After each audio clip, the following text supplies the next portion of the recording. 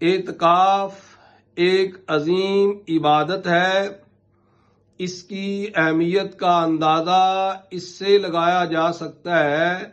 کہ حضور سرور کائنات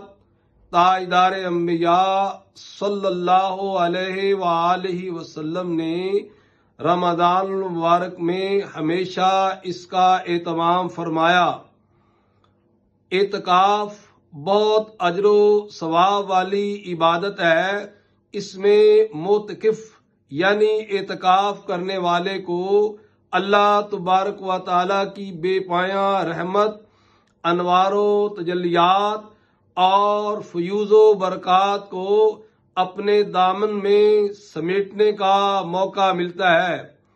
سنن ابن ماجہ میں ہے، نبی مکرم صلی اللہ علیہ وآلہ وسلم نے ارشاد فرمایا کہ اعتکاف گناہوں سے باز رکھتا ہے اور اعتکاف کرنے والے کے لیے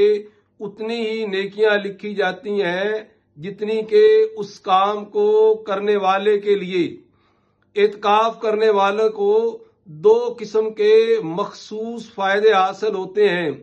ایک فائدہ اس کو یہ ملتا ہے کہ وہ گناہوں سے محفوظ رہتا ہے، کیونکہ وہ لوگوں سے الگ بیٹھتا ہے، اس لیے چغلی سے، غیبت سے اور زبان درازی سے، کسی کے ساتھ بحث و مباحثہ سے، کئی قسم کی برائیوں سے محفوظ ہو جاتا ہے۔